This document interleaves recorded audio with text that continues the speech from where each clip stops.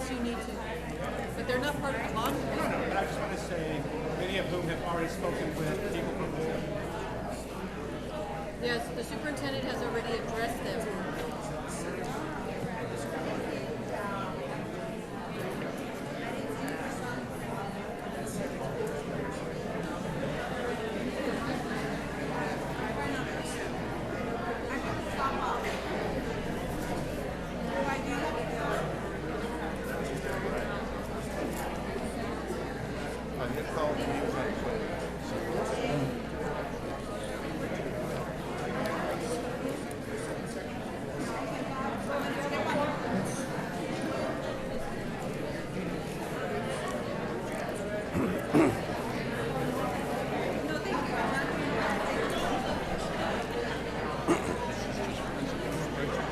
Principals and all my parent roundtable, 40 parents in the back.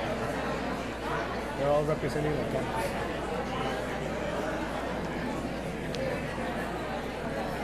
That's my base. I have parents to help me out.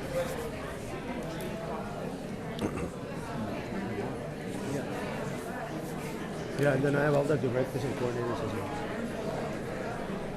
My next question is start asking where you get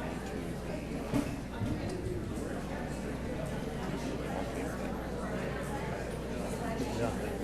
Yes.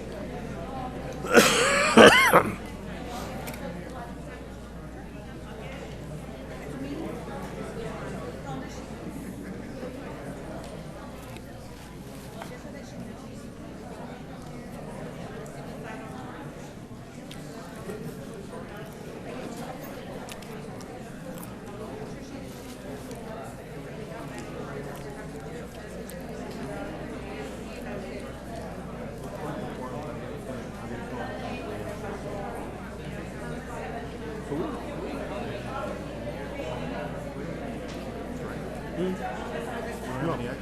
No.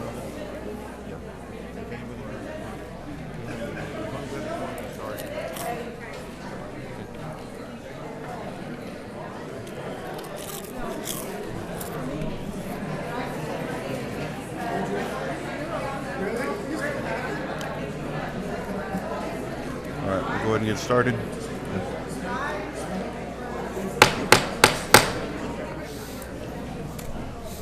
Good afternoon, everyone, and welcome to our board workshop for Friday, January 11th.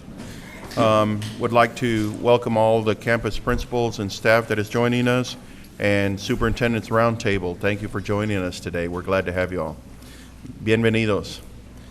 First item on our agenda is roll call. On my right, the Honorable Dominga Vela, Dr. Rene Gutierrez, myself, Robert Peña, the Honorable Carmen Gonzalez, the Honorable Letty Garcia, the Honorable Mike Farias, and Legal Counsel Michael Salinas. This does establish a quorum.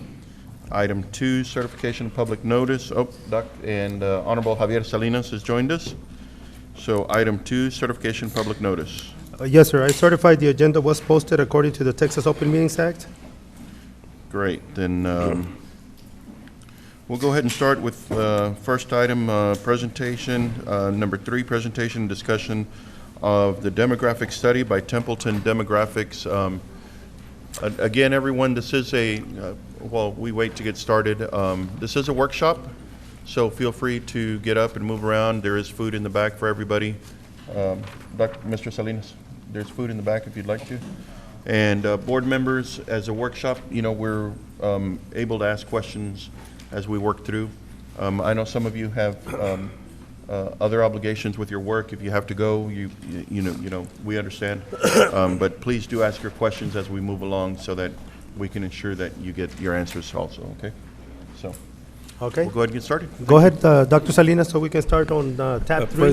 President Peña, Dr. Gutierrez, board members, when we started looking at this bond program last year, one of the first things that we did is commission a study to look at the growth trends and patterns for our school district. We hired Templeton Demographics, and here to present the findings is Rocky Gardner from this company.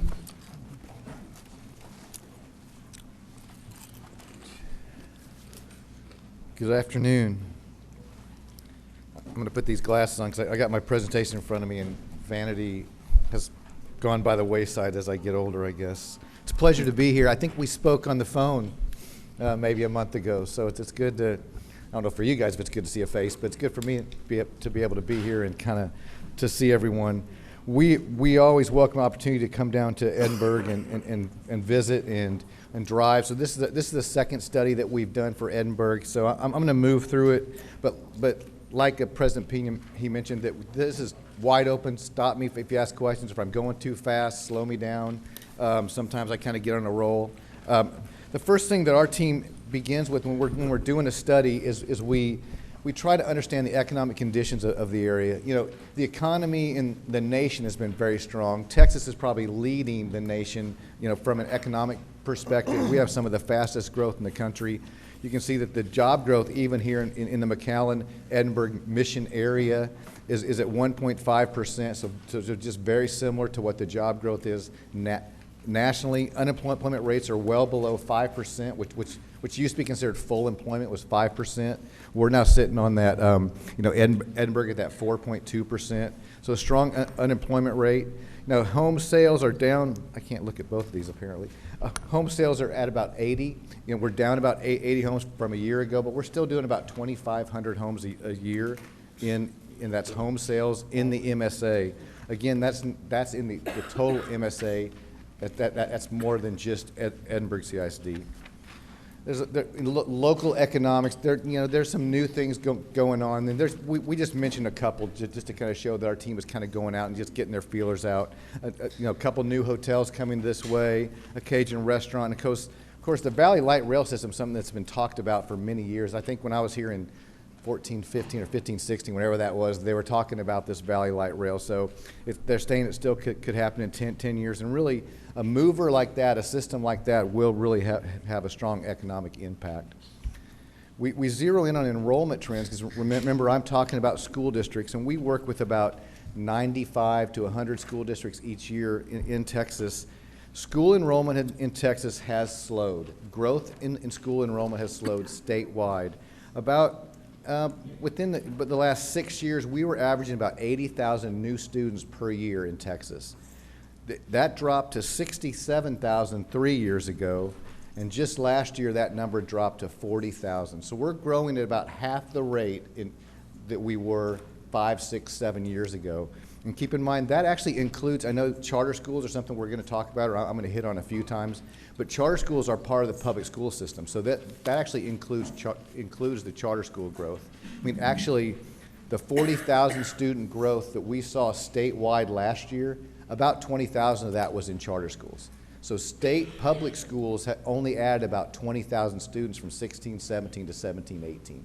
So things have slowed. We're talking about birth rates changes, migration changes, just lots of different things that have changed that have impacted statewide economy. If we zero in on Region 1, which is the region that Edinburgh is in, you can see that from a 5-year change, now this is the 12-13 school year through the 17-18 school year, Edinburgh follows just far San Juan Alamo with 479 student growth over 5 years. Now we know that there was a decline last year leading into 18-19, but you can see that there's only 5 districts in Region 1 that are adding over 100 students in a 5-year period, and so it still tends to be a pretty steady growth in the area. If we look at the McAllen housing market, year-to-date sales are down slightly in this area, just 3.9%. And one reason they might be down is because the average price is up over 10%. So price point is a real challenge right now. Median price at $155, average price of $176. There's more homes being listed as people are trying to sell their homes, and the home inventory has increased because now the inventory, or the number of homes that are staying on the market, but it's taking a little bit longer to sell a home now. And again, that goes back to the average prices are going up too. So we're in kind of an interesting cycle right now. Now, if we zero in on just Edinburgh, so these are what our team has gone in here is we've gone in, we've pulled all the deed transactions, so all the home sales that fell within the Edinburgh CISD school boundary, and we looked at those by year. So you can see back in 2010, there were 1,237 existing home sales, about 285 new home sales, and then you had about 1,200, 1,300 that were either considered a foreclosure or an REO sale. And an REO sale is basically like a bank-owned foreclosure. So basically, if you look at those yellow and green areas, that's probably distressed properties, families that are under distress. What's really encouraging is when we fast forward to 2018, that number drops from 1,300 to just over 300. And so that's, again, the sign of the economy is a little bit better. We don't have as many families in distress. You know, things are a little bit better. 1,237 existing deed transactions occurred in Edinburg ISD in just the first. Keep in mind, 2018 is just through 9 months, so it's a year to date. So we're still on trend to probably sell about 1,500 homes in Edinburg, and your new homes are going to finish out probably about 200 as well. So we're seeing some changes there. Now, we talk about price point acceleration. We can look at that through these deed transactions as well. Back in 2010, a new home was average sale price was $153,000. That number has now has jumped up to $246,000. That's an increase of almost $100,000 in just your new home sales. Existing homes have not accelerated at quite the same pace, but they've gone from 127 to 174,000. So it's just kind of these. It's the trend of the day, if you will. It's the way things are turning right now. You know, not just in Edinburg, but statewide and nationally, homes have accelerated in price point. If we look at where development is, so our team goes in as best we can, and we try to locate where we know housing activity is occurring. Once we know where it's occurring, we will reach out to the city, or we reach out to developers. We try to get an idea of how quickly they're going to build, what they're going to build, and try to understand what it is. Right now, there are roughly about 1,300 lots that are available to build on right now. It's what we call vacant developed lots. Those are lots that could be built on tomorrow. There's another 9,000 planned lots. And those are lots that are that are out there being talked about. Some of them have some really good legs on them.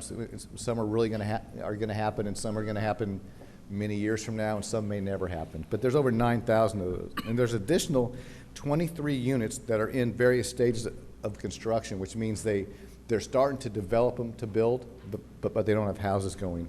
And we also have quite a bit of multifamily development going on here. So this chart's got a lot of different colors on it. The green, it represents vacant. I mean, it represents areas where there's active development right now. Those yellow colors, that represents areas where we know there's future development.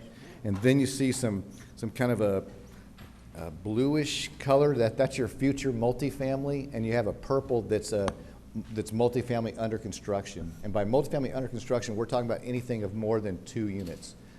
Duplexes are considered single family in this market. And so if I just buzz through, I'm going to buzz through a few of these just to talk about the developments and what's been going on. This first one, of course, you're real familiar with Tres Lagos. Now, the arrow's a little bit old. Right now, there's approximately 125 homes occupied.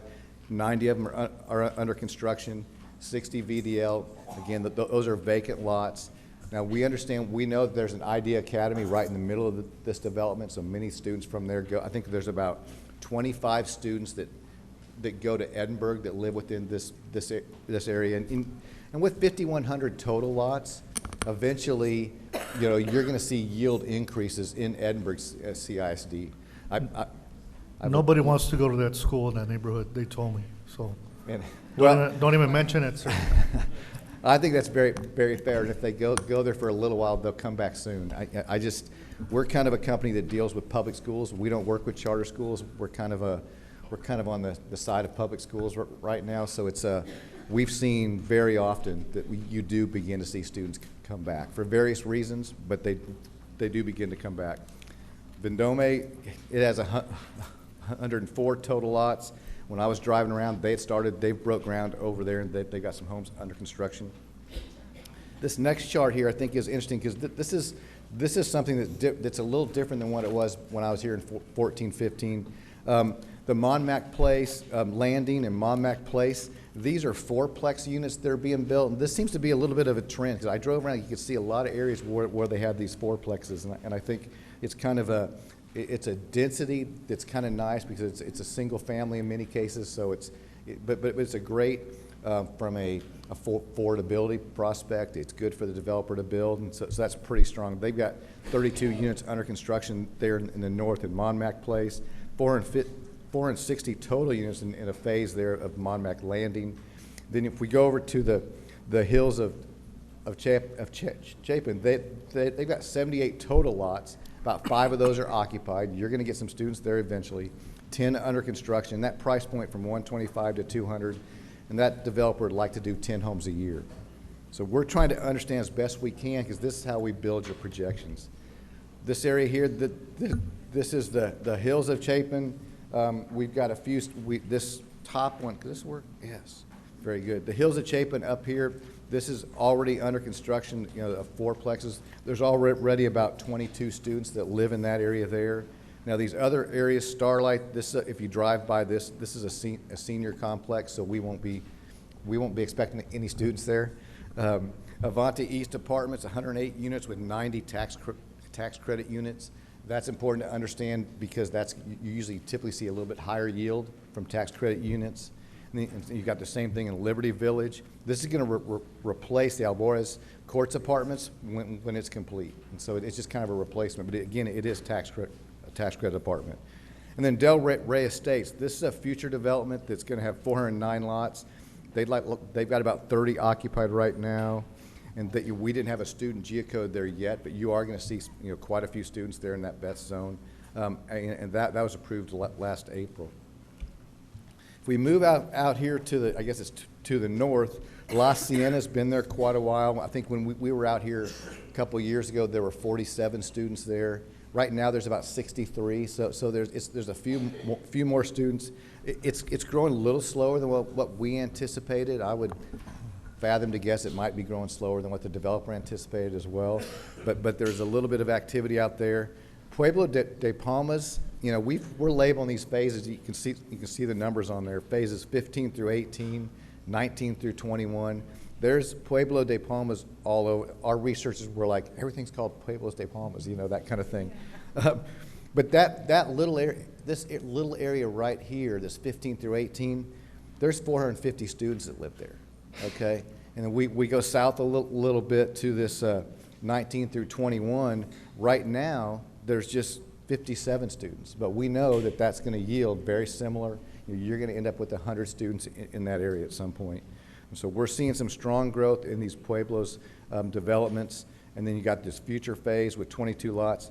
So when you see 570 future lots possible, well, you can think of that as being about 500 future students. When they're able to build through those.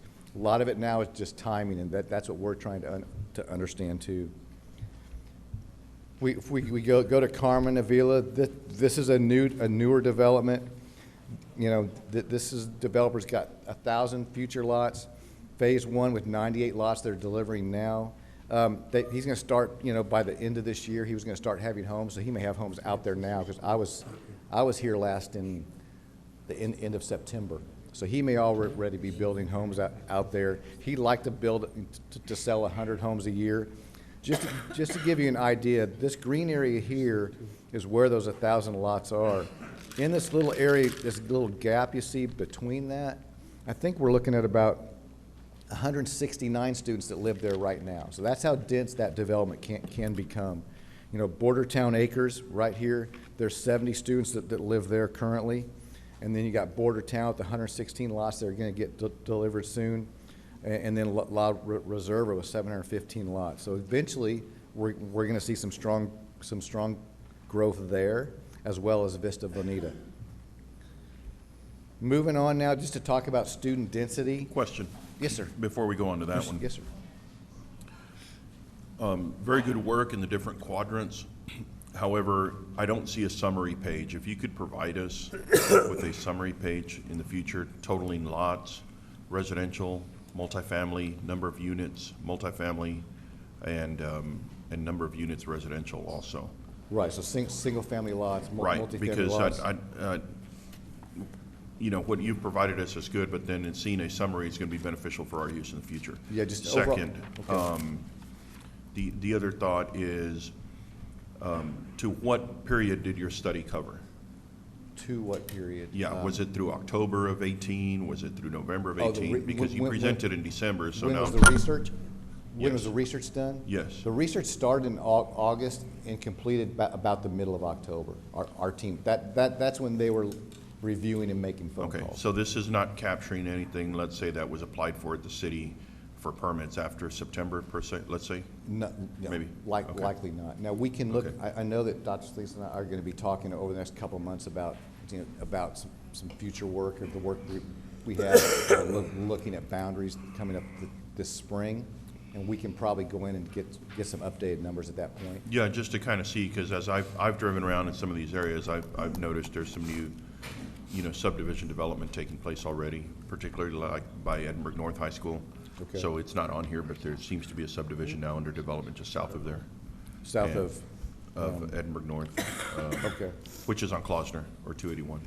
okay. Yeah. Mr. President, can we include the government housing apartments too in that As summary? best we can, if we can Yes. get those, we will. You mean new Yeah. government housing? Yes. Yeah. I don't know if you've, as you were working on this, you were discussing with the city's permit office, is that Our correct? team was calling the Yeah. city, yes. Okay, so, yeah, I guess refer back to them and see what type of an update you've encountered since Okay. September, October. No, And Mr. President, that's Yes, there. if, I would also like to add you were throwing some numbers of how many kids are going to our schools in this particular areas. If you could throw that number in there too, it'd be helpful to see Yeah, how many kids are maybe, already. Mario, you can kind of show us, Because you were throwing some numbers that, I think you were saying back, that there was, like, 450 kids in the 15-18 Right. phase. What I can do is when I deliver that report, what we can do, we call it a yield report. Yes, So sir. we'll include the number of units that, if we have an occupied total, Uh-huh. we'll include it if there's occupied units and students as well. Excellent. okay, Okay. thank you. No, that's great, thank you. Speaking of, this is the geocode that we use. So these are the students that we have geocoded to your district right now. The students are geocoded outside of, 601 students, we geocode outside the CISD boundary. That's, of course, your open enrollment students, plus probably students of some of your employees. This represents about 2% of the total. 14,570 students live within the city limits of Edinburgh, and about 500 students, or about 1.5%, reside within the city limits of McAllen, just to kind of give you an idea of that. And this is one thing that probably takes the longest time when we're setting up, because some of the addresses aren't perfect. We have to have a physical address to match those up, and trying to match up some of those physical addresses, I've learned in this area can be a real challenge. So our team, we were diligent. Our goal is always to get within, to be able to geocode at least 99%. We have a 1% tolerance. There's just some students we're unable to geocode just based on the address.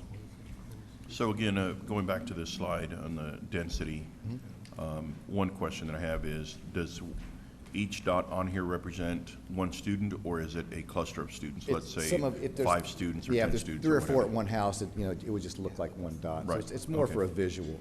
So that being said, then, can you also provide us a summary report of this as well to indicate, how many, particularly I'm interested now in seeing, because I don't see the lines here, how many are in the city of McAllen, how many are in PSJ area? Oh, so- instead of so on just and the so number, forth. just put a map with the city limits on it? Well, I would think you'd have the numbers. If Well, you're we have telling it, me yeah, there's it's- 1.5% in McAllen. Yeah, so it's 14,570 students are within Edinburgh, and 500 students are within McAllen, from a total number. So is that, I'm going to apologize before I Sorry. make my statement. I'm an economics major. Okay. So I'm very detailed about my numbers. I want a summary by numbers, okay. okay? Yeah, I'm just trying to understand what that looks like. Okay. Okay. So yeah, tell us if there's, 60 students in McAllen, 80 students in the PSJ area, so on and so forth. Just curious. Okay. We'll get some more detail on that. And Mr. President, if we could add on page 5, could you include McAllen? Sorry? On page 5, can you include McAllen? Page 5. On which page, Mike? Page 5. Oh, You mean the enrollment growth on page 5? Yeah, the ranks. I see Mission, I see FAR, Well, I those see are Sherryland, School districts. yes, That's school district enrollment. McAllen ISD, Oh, you want us to add McAllen to? yes. Their 5-year, I guess they just fell off the bottom. We just put the top. I'm Okay. just curious. Yeah, I think it's on there. We just don't have the label on there. Okay. So I can I can add that label to the Thank you. presentation.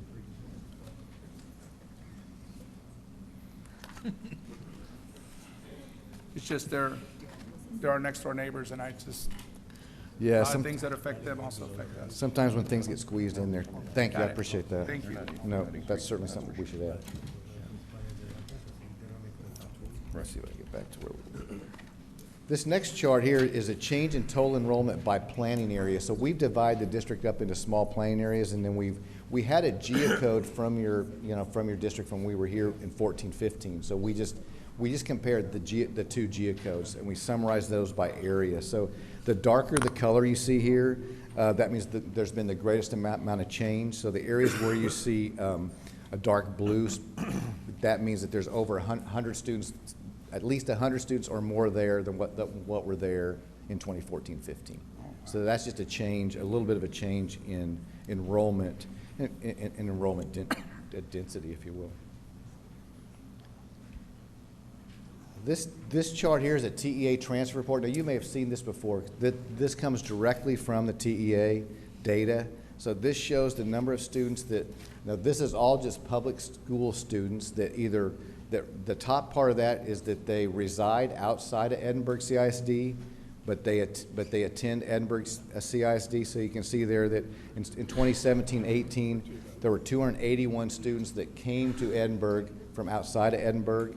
And there were, in 17-18, there were 5,200 students that live in Edinburg but attend a public school outside of Edinburg. Or, I'm sorry, they're not always outside, as idea, but they are a different school than within the school district. So you can see there that you've seen some significant change, and that's not anything that's new to you. We know that there's been some charter impact in Edinburg. And this new data will come out in March. The 2018-19 data will come out.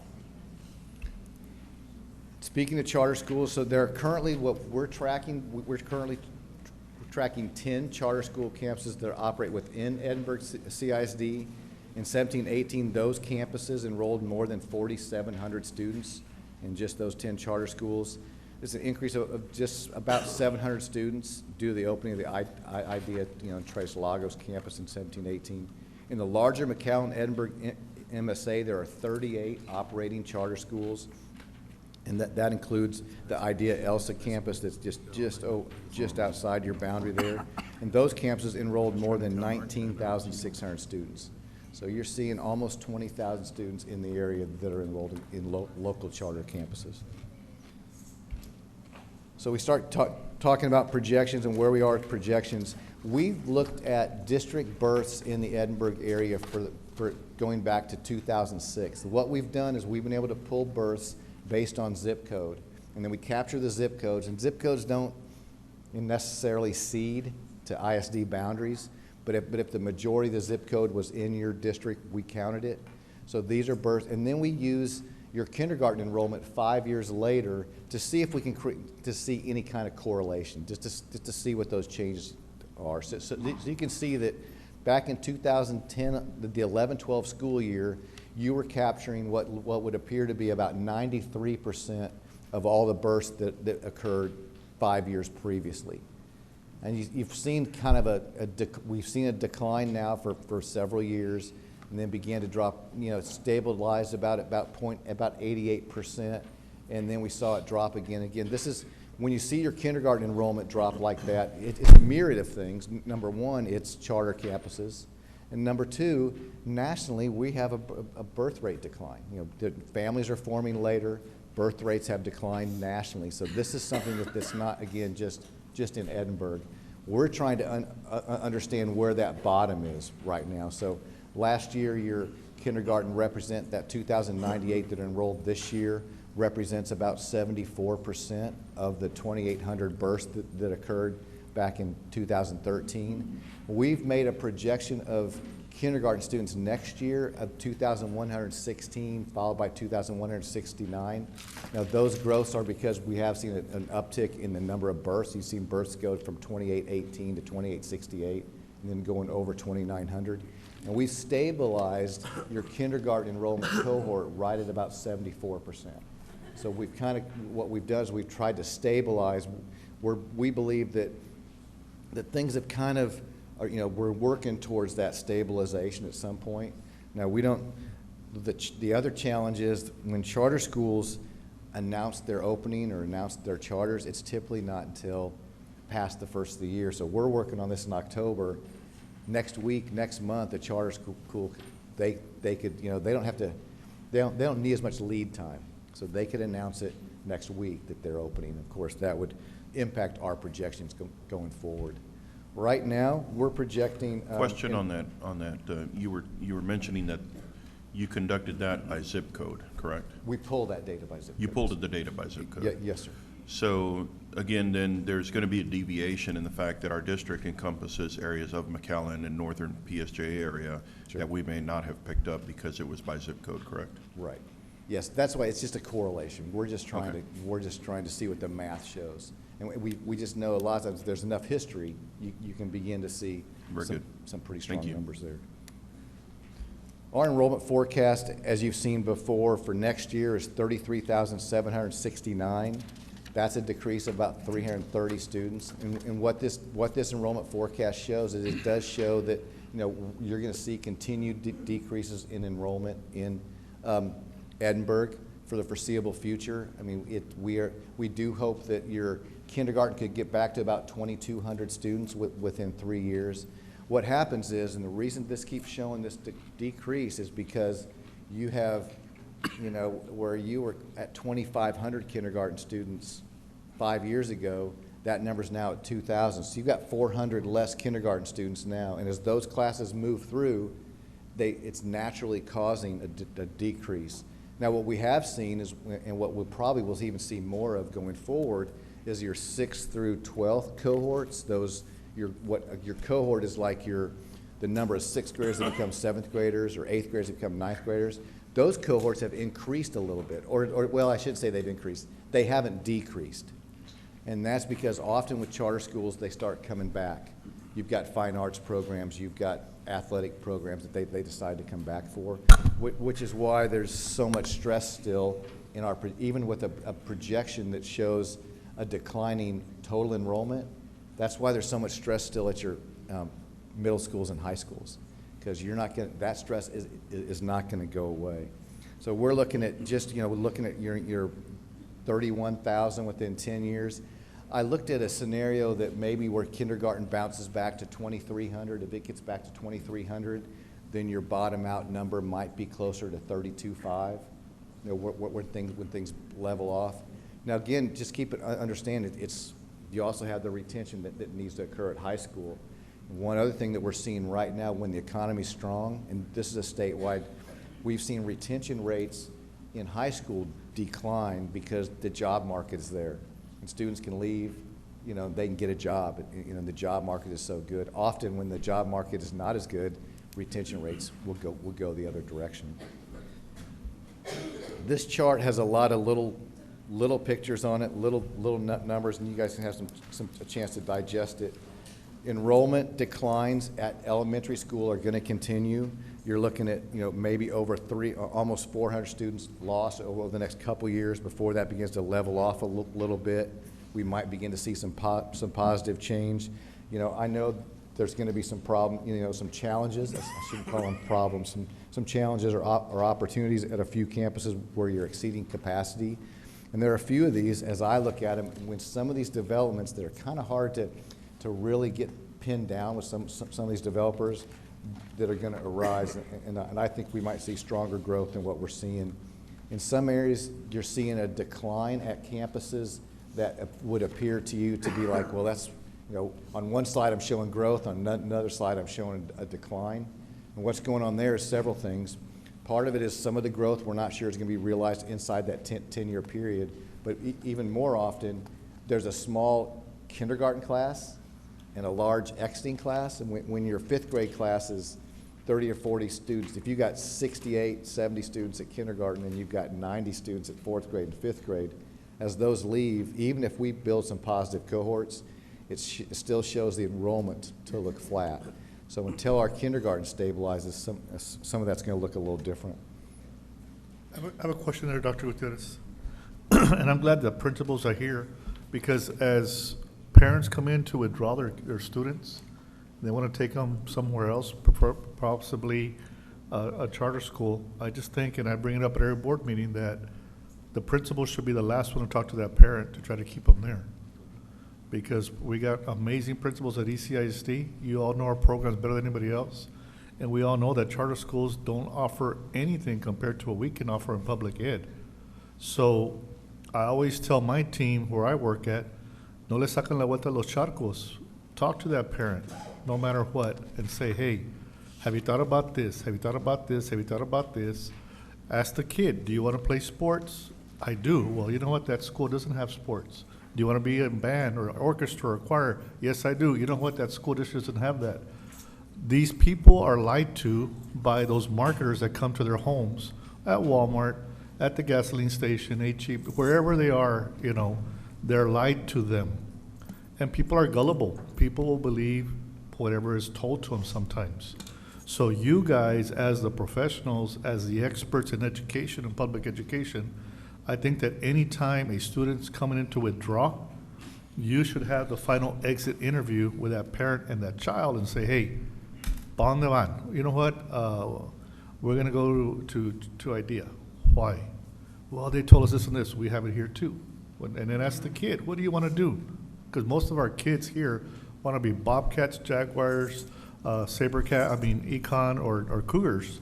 They all want to be those guys. They want to be on Friday Night Lights. They want to be on our courts. They want to be in our dance teams, our UIL. I mean, if you look across this district, there's amazing things going on everywhere. Why would anybody want to leave your school to go somewhere else? And I understand, as a former principal for 10 years, sometimes the parents get mad at us because we tell them no. Well, too bad. You know, we're going to run our schools like we need to run our schools, but they need to understand we're doing it for the betterment of your child. So, Dr. Gutierrez, I know that every board meeting I tell you and administration, what are we doing to market our district? And I think that you got the great marketing team out here that should have that final interview with those parents and say, there's no need to go there. And I promise you, if you spend that one time with those parents, as my wife tells me, validate me, listen to what she's telling me something, validate the parent, listen to what they're saying, they'll stay.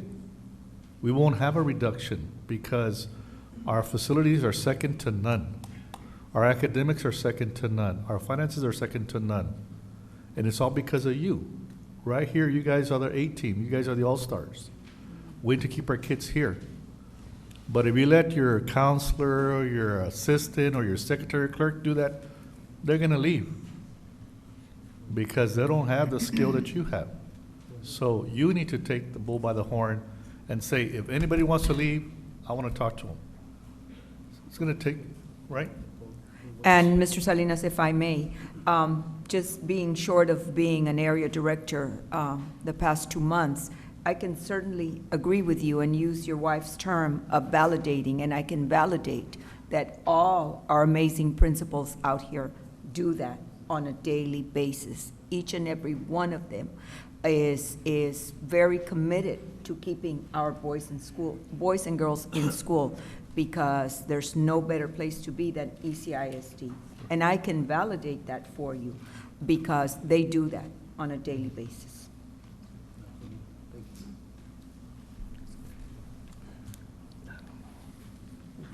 Mr. President, Yes, sir, go ahead. I got a question, sir, on this particular chart that you have here. I just noticed that on our printout, on the history, is a different number than what you got on your presentation.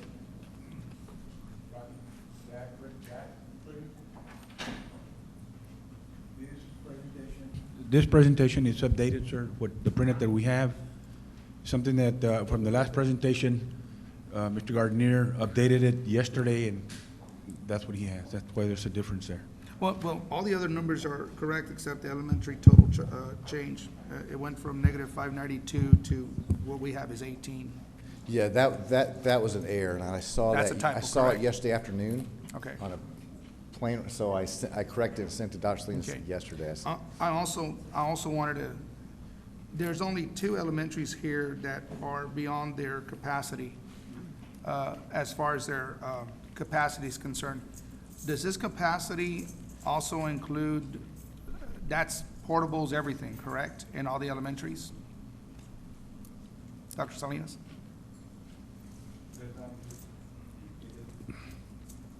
It does not include portables. Okay.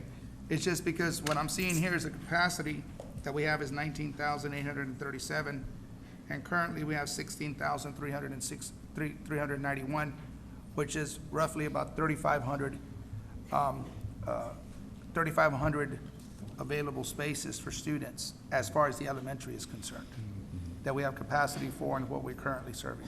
Is that correct? That's what it shows, sir.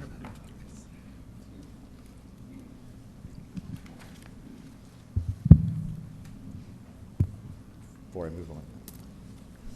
The next chart, it's okay to move on. Yes, go ahead. The next chart is middle and high school projections, and I think this is where it gets a little interesting because, you know, you see that where there appears to be capacity at elementary schools, and then we get to middle and high school, and we really have some capacity concerns and some capacity challenges. And again, it's a combination of several things, but it's your students aren't leaving like they are at elementary school for charter schools, so we haven't seen the same decrease in cohorts at high school. And so as we get a little bit more growth in your elementary, you're going to get a little bit more. You're going to get even more growth, if you will, at secondary. Now, what you see there is, when you see your middle school change go from negative, from losing 66 students next year to losing over 300 in 5 years, that's simply that, when I talk about that 400 student drop in kindergarten, that's simply that kindergarten, those small classes hitting the secondary. And and then if you look forward, if you look down past that, 6 years out, that's when you begin to see a little bit of decline in high school. It also should be understood that the farther we get away from today, the fuzzier projections get at anywhere you're at. We can get a pretty good handle on what's going to happen in the next couple of years, but what the developers do, what the builders do, how quickly they can build homes, what the economy does, things get fuzzier the farther out you try to look. But that is what's going to happen. Your high schools are not going to get better. They show a bit of a decline right now in these projections, but that could be corrected, within 5 years, pretty quickly. When we see some of the changes that could happen at some of the charter levels, the concern from our perspective, from a company perspective, when we're looking at Edinburgh projections, is you've got, you're going to have 2,000 more students than what you have capacity for at high school. You're going to have, you're going to have middle schools that are right at capacity, if not over capacity. So you're going to have some challenges there. And oftentimes also what happens is, and even you can look back at elementary schools, you see the capacity, but a lot of times where you have capacity and where you have a need to relief, it's never at the same spot. It's a school on the far south that has room, and the one in the far north needs relief. And so in order to make that relief, the number of boundary moves you have to make become a challenge. So, with that, that was kind of my summary. I guess I kind of summarized before I got to the summary page. I think that you're going to see continued, some continued declines in enrollment right now in Edinburgh. We don't right now know where that's going to bottom at, but it looks like that, you're going to have enrollment of about 32,395 students within 5 years, and that number could drop to close to 31,000 within the next 10 years. You're going to see some strong growth in a couple in those zones up there to the northeast, and we'll have to kind of keep an eye on those as those develop quickly. That I'm happy to take questions. More. Sorry. Aside from the academies, what are other factors that you've seen that are, or maybe to Mario as well, or some of the factors that reduction of enrollment? besides the charter campuses themselves? Well, just a slower birth rate in general is causing a slowdown statewide. Migration has shifted, and I'm not just talking about international migration, but migration into Texas too. There's been a little bit of shift there that we've seen. So there's several factors, and families are forming later. What we're seeing too is that we're seeing young families deciding to wait longer to have children. So that's kind of delaying some growth. And we've talked about it, and we talked a little bit about it. Marina and I talked a little bit about it before the meeting about how these birth rates have declined, household sizes have declined, and even the Hispanic population, which usually has the highest household sizes we've seen historically, that has gone down as well. I mean, that it's still higher than what the rest of the population is, but it is flat right now. So we're not seeing the continued birth rates that we saw as recently as 5 years ago. I mean, just in the last 5 years, it's been. So I have another question, and it's more out of curiosity. Has your group done any enrollment studies, or I guess demographic studies for the academies or the charter schools? The charter schools? No, we don't work. We've chosen not to work with charters. It's not. Because I'm thinking that, and again, this is just, maybe I'm overanalyzing it, but if your study is looking at the number of students that disenroll, considering all factors remain the same, but eventually I have to think that the charter schools in the last few years have been adding campuses. At what point are they over capacity or beyond capacity that they also reach a plateau? Mm-hmm. So given that factor, then how does that affect us, or how would that factor in? But, I'm wondering how much of that trend you're keeping consistent. I mean, Well, we're surveying charter schools as best we can each year. They're not always real forthright with sharing information, but we haven't, been engaged to work for any. I guess that was Right. kind of where I was going with that, but we do try. and is your survey strictly through TEA information? Well, we call the schools directly. Okay. Because what's also a challenge with charter schools is like what they consider their district headquarters might be, or they're all under one umbrella. So IDEA's all under one umbrella. So you might see, and it's based in it's Houston, and it's almost like Texas is their ISD boundary, if you will, and they spread campuses out. So there's been challenges getting data from charter Yep. schools. So we're doing that as best we can. There's a lot of stuff in the news recently or in the last few months about the finances, the financial end of it. And I think charter schools will grow as long as it's still profitable for them to do so. And that's been the challenge right now, is whether the money is there to go. Very good. Thank you. Yes, sir. Rocky, I wanted some clarification just on page 4. Yes, sir. The total growth for 17-18 was 40,555. Yes. And did I hear you right that 20% of that was private schools? Not 20,000? 20,000 of it was charter schools. Charter schools. So Right. 50% of that growth in the state of Texas was charter schools. Yes, sir. That's why when all the yellow areas that you see up here are areas where public schools had negative enrollment. And so public schools may have seen overall, in these pockets of Dallas-Fort Worth, Houston, Austin, San Antonio, the Valley, where there has been some positive change. There's also been many areas where there's been negative change. So the net of all that was 40,555. And actually, I think it's a little over. I think charters may represent a little over half of that 20,000, actually. I mean, half of that 40,000. There might have been more growth in charters during that period than there was in public schools during that 1 year. And we'll see what happens in 18-19.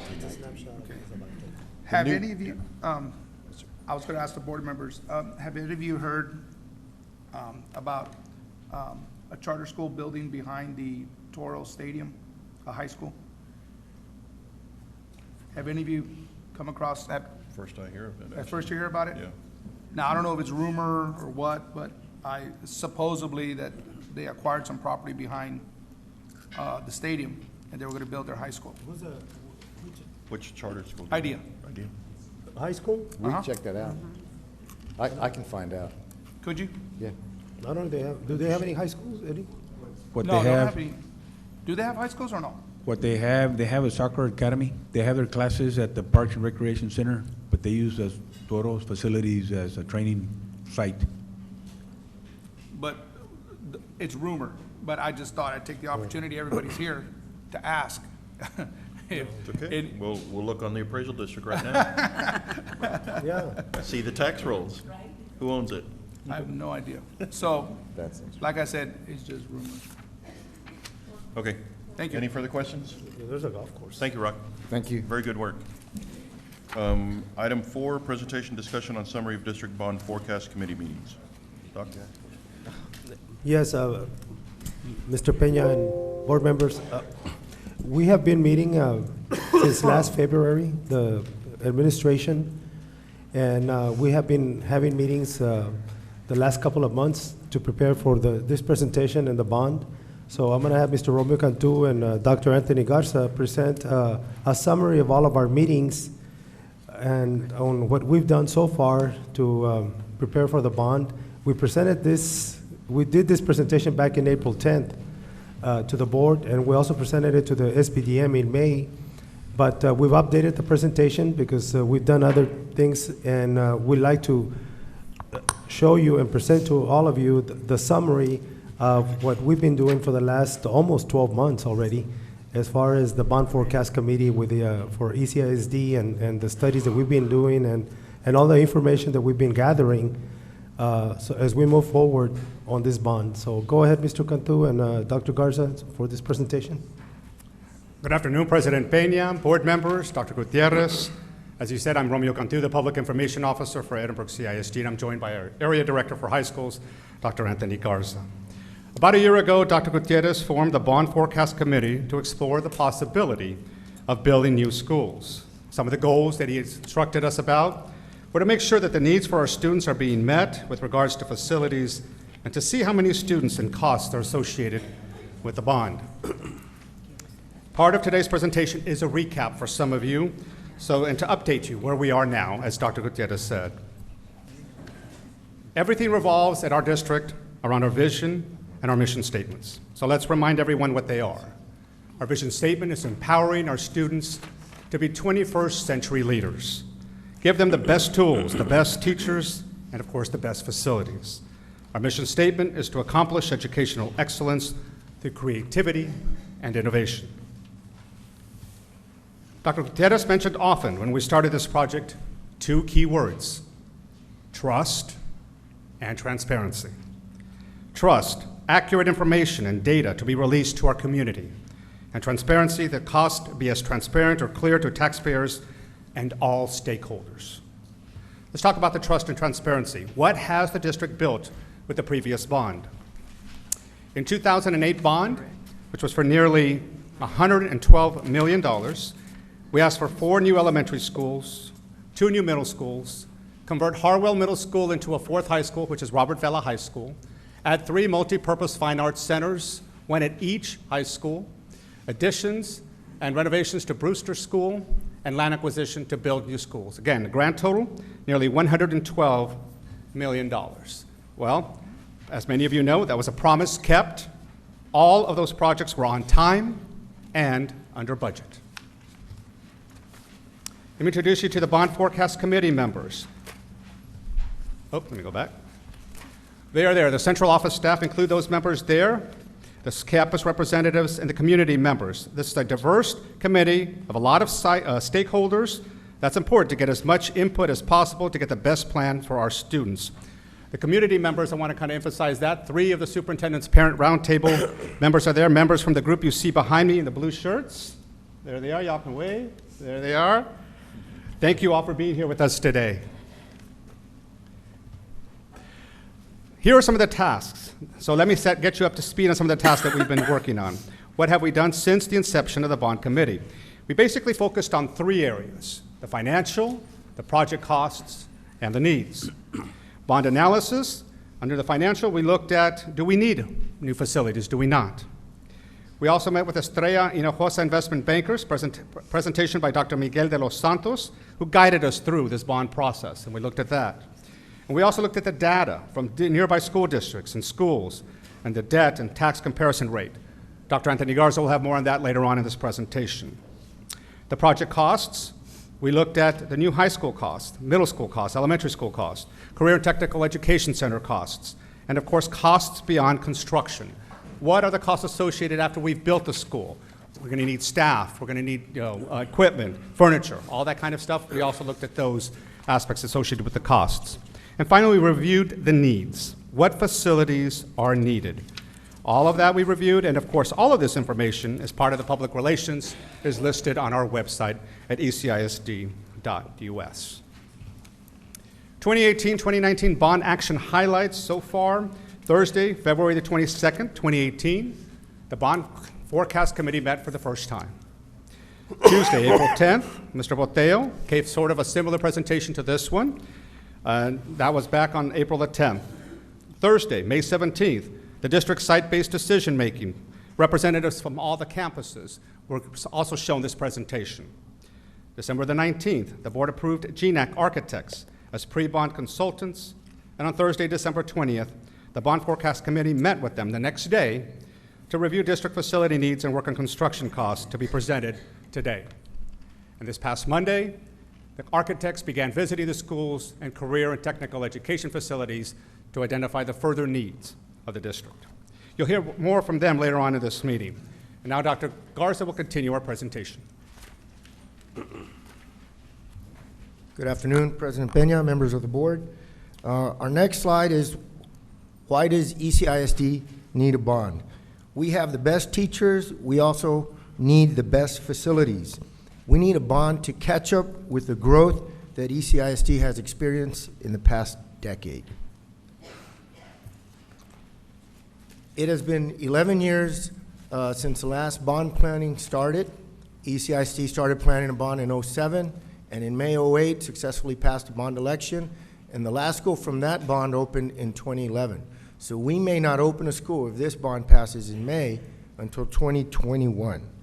Can you imagine what our high schools and middle schools will have as their population in 3 to 5 years?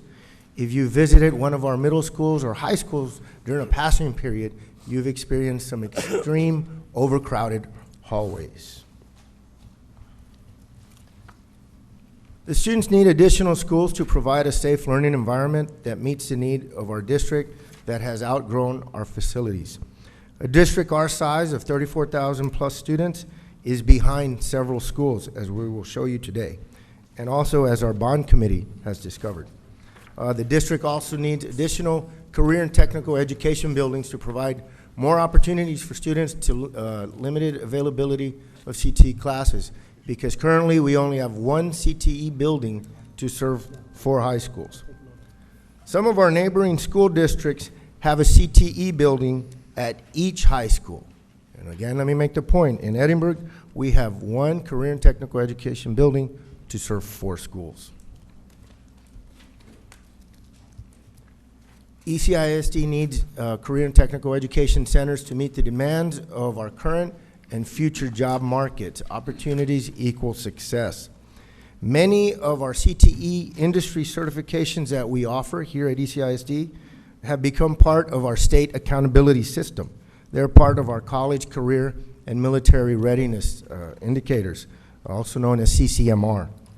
If you look at your list there on the board, it shows you some of the classes that we offer from our CTE department. Agriculture, architecture, business, education, finance, health science, human services, technology, law, public safety, manufacturing, marketing, STEM. One that's not listed there, but one of our favorites is cosmetology. Since we only have one CTE center for 4 high schools, seats are very limited, and every semester we have to turn students away due to no availability. Romeo?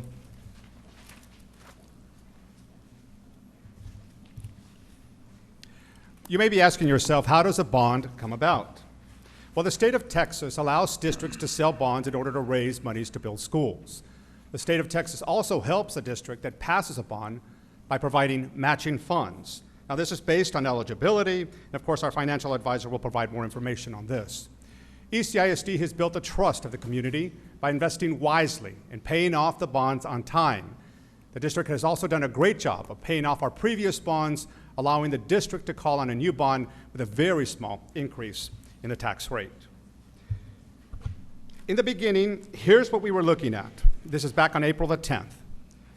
We were looking at one new high school, 2 new middle schools, a new elementary school, 5 new career and technical education centers, and additions and renovations to existing campuses based on availability of bond money.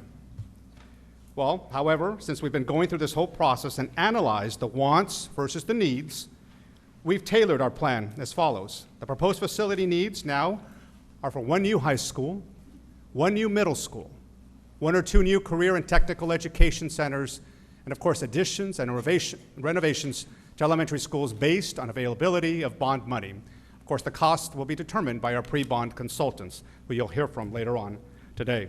I have a question there, Mr. President. Go ahead, sir. Can you go back a slide, Mr. Sure. Romeo? I know there it says 1 or 2 new CTE centers.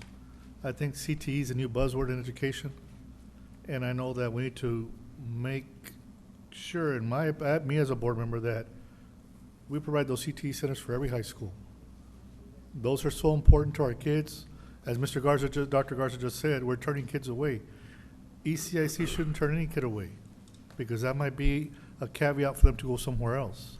So I think that CTE centers need to be on the list and find a way to keep them there at all the schools, because that is a game changer where kids will stay in our school system versus going somewhere else to look for something that we can't offer here. That's just my opinion, Mr. President. Dr. Gutierrez. Thank you, sir.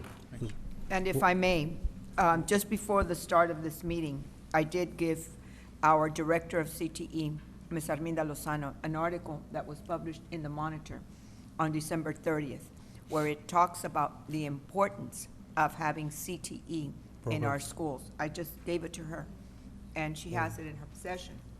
And I wanted to discuss that and also publicly say our support for those students. Not everybody's going to go to college or the university, but we all need that person to come and fix our air condition, our washer and dryer, our refrigerator. And so in that support, I think that we need to support that issue with the bond. I know, Mr. President, me as a board member, I like the schools to be built just to be functional. We don't need foofy from our architects. Foofy costs too much money. We just want a building that looks nice and can do the job for our kids. Too many architects do that foofy, roofy stuff that you're paying 200 feet of ceiling. What can happen up to 200 feet? Nothing. But you're paying $230 a foot for 200 feet high. That's no good. So I don't want no foofy. I just want a functional building that will keep the costs down, that would allow us to have our CTE centers. That's just me. Okay. Well, Dr. Salinas, I'm sure certainly later on you'll be able to express that to the architects when we go out for RFQs. Yes. Certainly I will. But for now, let's continue. Okay. Thank you. I'd just like to point out 200-foot ceiling is a 20-story building. That's high. Which one?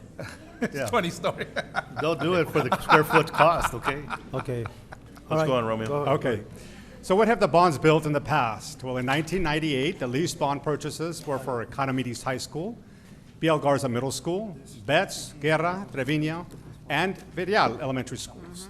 In 1999, the bonds helped to build and construct Edinburgh High School, Avila, Esparza, and McGee Elementary Schools, and renovations to 10 existing campuses at the time. The 2008 bond, as I've mentioned earlier, was for Harwell and Longoria Middle Schools, 3 performing arts centers, 4 elementary schools, renovations at Brewster School, and of course we converted Harwell Middle School to Robert Vela High School. We asked for 7 cents, but only used 5 cents to be added to the tax rate, and of course Dr. Garza will touch more about that in the next section of this presentation.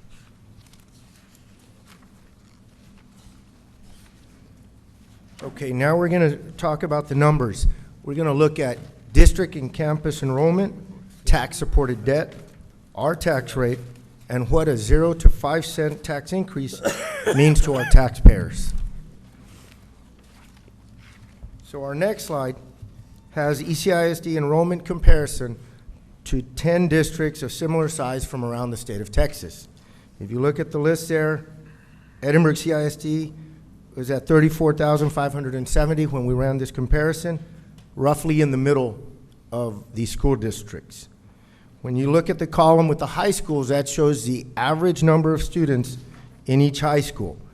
And Edinburgh is in 4th place in enrollment. 6 school districts have a lower enrollment than ours, including PSJA, which we're familiar with. Their enrollment at each high school averages 1,962, a little over 500 less per high school. If you look at the middle school average enrollment, Edinburgh CISD is averaging 1,246 per school. That is an extremely large amount of students. We are first of our comparison report. We're at the top of the group. And if you look at PSJA, their average is 827 students per middle school. The reason for that is PSJA has 8 middle schools and we have 6. If you look at the elementary column, our enrollment average is 532 students per campus. Some are bigger, some are smaller. But overall, we seem to be doing okay at the elementary level. This slide shows the need for additional schools at the middle and high school level.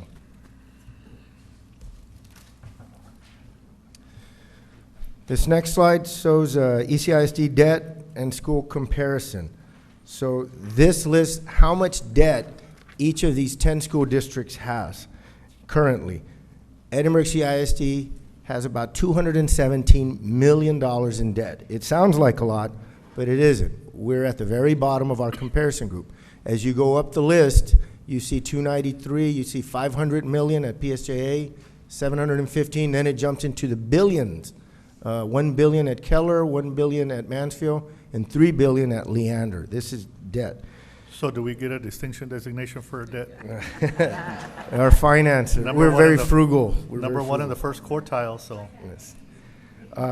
Yes, next, the tax-supported debt per student. This is done by dividing the total debt by enrollment. And you can see again, Edinburgh ranks at the very bottom of this, which is good. It means we don't have much debt. Now, the interesting part of this slide is when you look at the high school, you have to look at the 2 columns under the high school numbers. That's the number of high schools in each district. There's traditional and magnet schools. A magnet school is a school that offers a particular academic focus, like early college or STEM or something like that. You can see there that Edinburgh has 4 high schools and 0 magnet schools. We don't have any.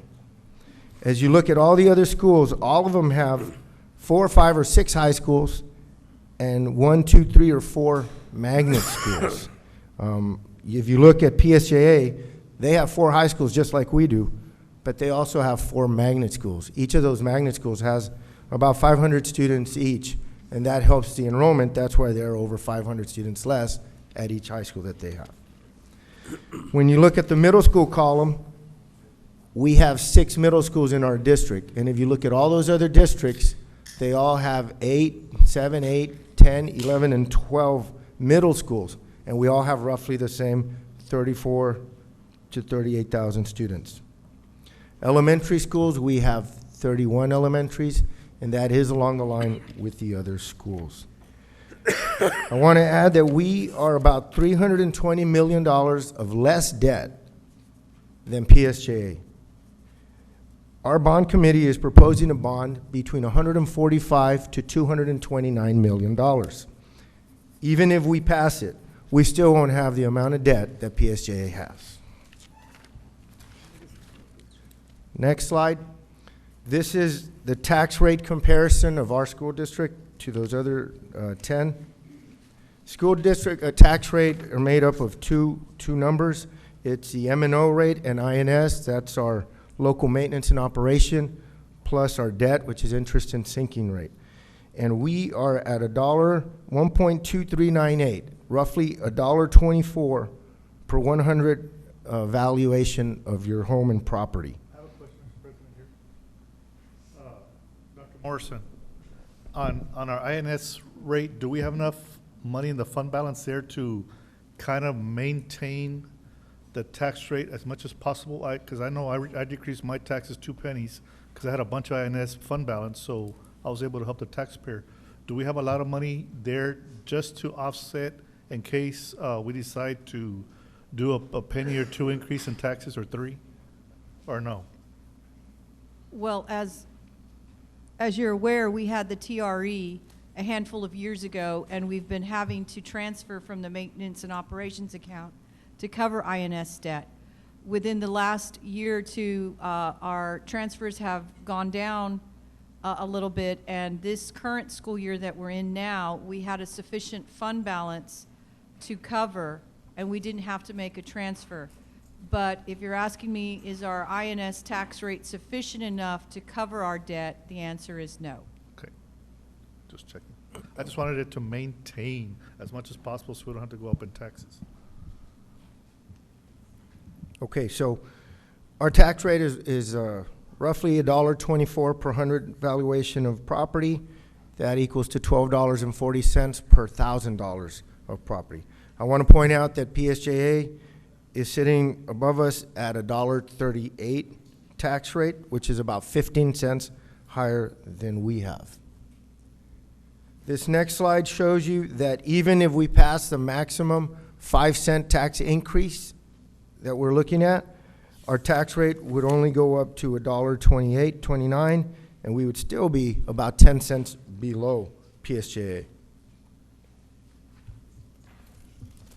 This next slide is our tax rate comparison against a group of 11 school districts from the Rio Grande Valley area of similar size. Right there, we rank third from the bottom at our $1.24 that we have, $1.23.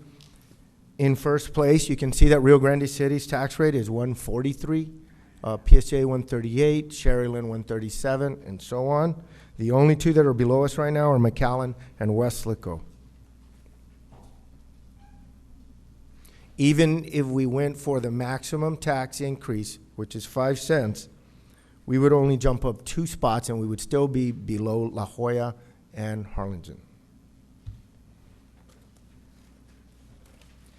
I do want to add that these schools with higher tax rates, many of them have brand new high schools, brand new middle schools, brand new elementary schools, brand new football stadiums, new auditoriums, even a new splash park.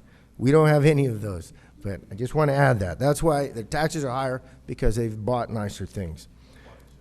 Yes. Don't forget golf course. Our bond committee, yes, and a golf course at another school district. Our bond committee is only going after what we really need, and that's schools and CTE centers. What does the tax rate increase mean to the taxpayers?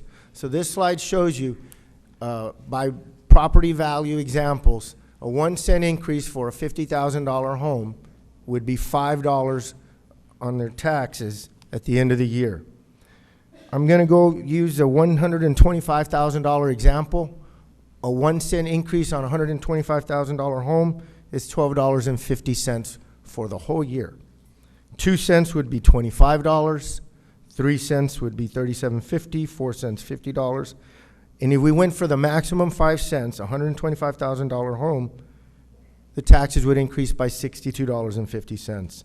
I want to do a little bit of math. If we divide $62.50 by 12, it's roughly $5.20 a month. We could all afford to do one less Whataburger combo in order to help our kids fund these new schools. I think that's, I don't know that we can afford, maybe McDonald's. The Okay, taxpayers. but I'm not cutting out my Starbucks though, okay? The taxpayers That's have a to ask Starbucks coffee. themselves. Yeah. Taxpayers have to ask themselves, how much is our kids' education worth to us? We have an A school district with an A in accountability and an A in finance, but we do not have an A in facilities. So the bond size amount, depending on penny increase, is listed on this slide. Right now, we qualify for a $145 million bond without any tax increase at all. Every penny increase that we go out for is roughly $16.8 million more. And you can see there, 2 cents would be 33 million more, 3 cents would be 50 million more, all the way to 5 cents. That's why our bond is going to be between 145 million to 229. These are the options that we need to decide for you, the Edinburgh CISD Board, to call for a bond election. Keeping in mind that we want to be fiscally responsible and go out for what the district really needs, schools and CTE centers. Next, we're going to look at our ECISD high schools by enrollment, portable classrooms, and roving teachers. So the first school, we have Edinburgh High School. At the time we did this study, they had 2,366 students, 21 portable classrooms, and 16 roving teachers. Roving teacher, by the way, for those of you that don't know, is a teacher who does not have their own classroom. Every period that the bell rings, they get their things and they go on to another vacant room. A portable classroom can have safety issues that can impact student learning. For example, when it rains, it's very difficult to get in and out of portables. They can slip. During really windy days and bad weather, these portable classrooms sit on cement blocks. Many times, portable classrooms do not get an intercom system that functions properly. Also, students are further from the bathroom when they're out in portable classrooms. Edinburgh North has our highest enrollment in the district, 2,649. Portable classrooms, 28. That is the high in the district. When you multiply 28 portable classrooms by 25 students in each room, it's roughly 700 students. The size of a middle school sits outside of Edinburgh North in the portable buildings. The portable buildings, because they're all made out of wood, have been referred to as the village at Edinburgh North. Right, Mr. McAuliffe? The village. Also, they have 32 roving teachers at Edinburgh North. Extremely high number of teachers without classrooms. Johnny Economides, 2,510 students, 20 portable classrooms, 7 roving teachers. Robert Vela, 2,272 students, 6 portable classrooms, 23 roving teachers. And I can tell you, we just added 2 more portable classrooms in the last month. So that 6 should be 8. Romeo? Let me take a look at the middle schools now. Beginning with South Middle School. The enrollment is 1,348, portable classrooms 6, roving teachers 1. Dr. Gutierrez has said that the ideal population for a middle school is 800, and that's according to research, so you can see how over we are there at South Middle School. Parientes Middle School, the enrollment is 1,304, portable classrooms 6, roving teachers 1. Again, the key number is the enrollment. This should be at about 800 per middle school. Memorial Middle School, the enrollment is 1,247, portable classrooms 11, roving teachers 0. Harwell Middle School, it is the most populated of our middle schools, 1,407, portable classrooms 12, roving teachers 2. Again, these schools have too many students, and we need additional middle schools to help the overcrowding there. LaGuardia Middle School, this is one of our newest schools. Enrollment is at 1,000, portable classrooms none, roving teachers none. And Biel Garza Middle School, enrollment is at 1,075, portable classrooms 7, no roving teachers. And again, the key number is where we should be, the ideal number is at 800. I'm going to give you a couple examples of some of our elementary schools. Monte Cristo Elementary School, the enrollment is 720, portable classrooms 10, roving teachers 0. Now this should be the ideal number for a middle school, but this is an elementary school. The Arial Elementary School, enrollment is at 668, portable classrooms 4, and no roving teachers. Once again, we are showing the absolute need for our district in the facilities, and again, that it seems to be in the middle schools.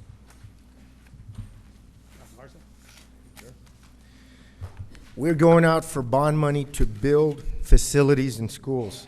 But what about the land? That costs money too. Well, currently, ECISD owns 3 pieces of land that could be used to build new facilities if we pass this bond election. We have 2 pieces, and if you follow me, the little yellow block in the middle is the courthouse. We have 2 pieces of land in the northeast quadrant and 1 piece of land in the northwest quadrant, and that's where the growth is. Zooming in, this is at La Siena. ECISD owns 93 acres and 40 acres at the La Siena area. This is right next to and behind Crawford Elementary School.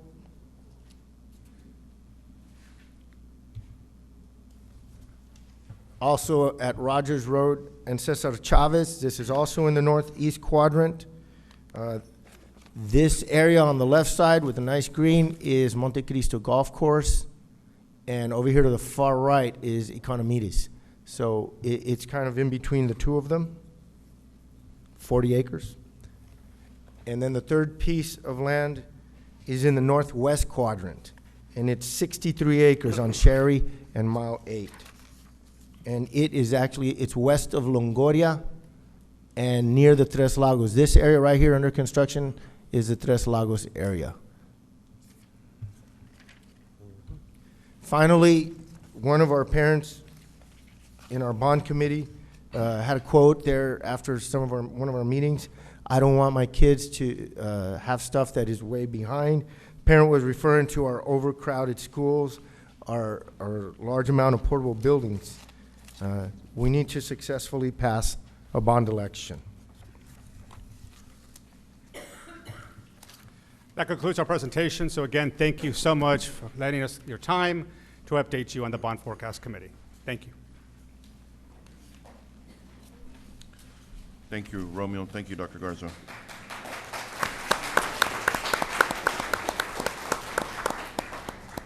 did a good job. Very good information.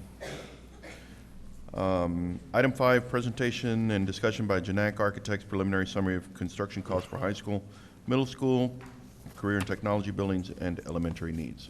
Go ahead, Mr. Janak, for Mr. this Janak. presentation. I don't know if you'll get an applause, but we can try. Maybe after May. After May. Is this on? Can you hear me? Is this on? Yes, sir, it's on. Okay. Could you please introduce your team, sir? Sure. Well, Thank you. I'm Raymond Janak, with Janak Architects. Get on the mic. That's Can you right. get close to the mic? Yeah. Okay, I'm Raymond Janak with Janak Architects. I'm Juan Mujica Jr. with Janak Architects as well.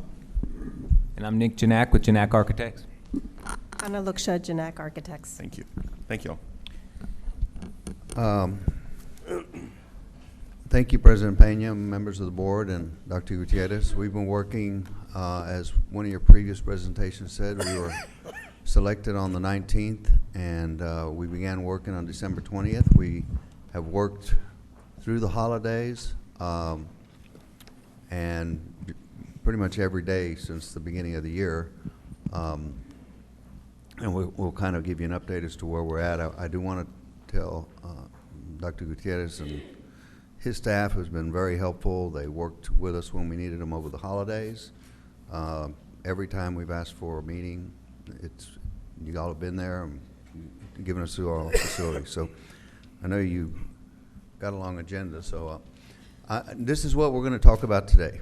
We're going to talk about the work to date, the proposed facilities programs, and for those of you that may or may not have been through a building program, but the programs we're talking about is we have defined every space of every facility and quantified it by square footage. And then that allows us to, that's the recipe before you design anything, so we can quantify and know how many square feet we're talking about, what types of spaces we're talking about, and so on and so forth. So we've done that for all of the facilities that have been discussed so far in this meeting. New facilities, yes. And then we'll talk about your proposed project sites that you have available, which again, we're sort of overlapping with the previous presentation. And then of course, what is important is construction cost data and projections. And then the next steps.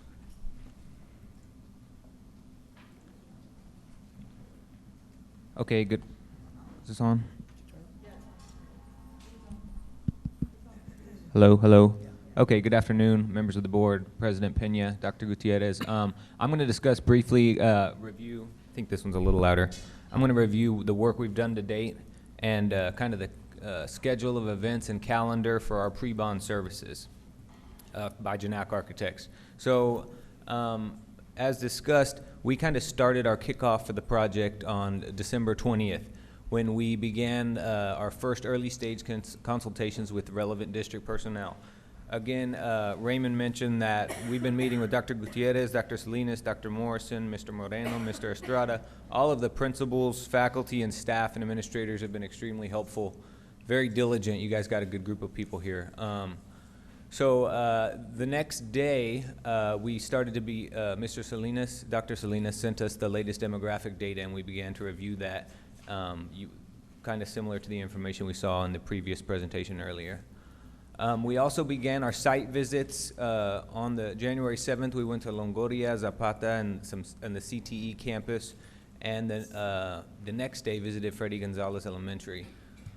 We've begun to review all of the existing facilities and their campuses and their master plans. We've had user group meetings. We've had 2 very long, detailed user group meetings that helped us get input in order to create the programs of spaces to find out exactly what will be required in the facilities for the potential bond issue. We've also done, in coordination with a civil engineering consultant, assessments of the existing infrastructure at the proposed project sites, and we'll talk about that a little more later. Today, we've done what we'll call a prioritization meeting, where we've begun to see what facilities the district thinks are priorities. Today, I marked as the second of the prioritization meetings. The presentation just before ours is really helpful in helping with that prioritization, but of course, the real prioritization direction will come from the board of the school board. Also, we've completed a pre-bond schedule. Upcoming between now and February 7th, February 15th is when we start to actually design schematic design for these facilities and develop detailed cost estimates based on those designs. And lastly is communication and marketing of this information to the public for the bond election. Here are just some quick images of some of the work we've done. We've been meeting a lot here at the district with, again, administration, faculty, and staff for programming, and we've performed some site visits. Okay, facilities programs. I'm going to start this. Our whole team has been working on this with administration, faculty, and staff. And again, what we mean by programs is I'll show you here. We have, these are detailed space programs done on spreadsheets that evaluate exactly what's going to be needed in a proposed facility. The example on the screen here is a new elementary school facilities program. Based on work prepared originally by your administration and staff and faculty in coordination with Mr. Estrada, we started with a baseline and our historic data for space programs. We said, what is needed in an elementary school? How many classrooms for how many students? How much administration space is needed? How many restrooms are needed? Things like that. And we create a spreadsheet of this sort.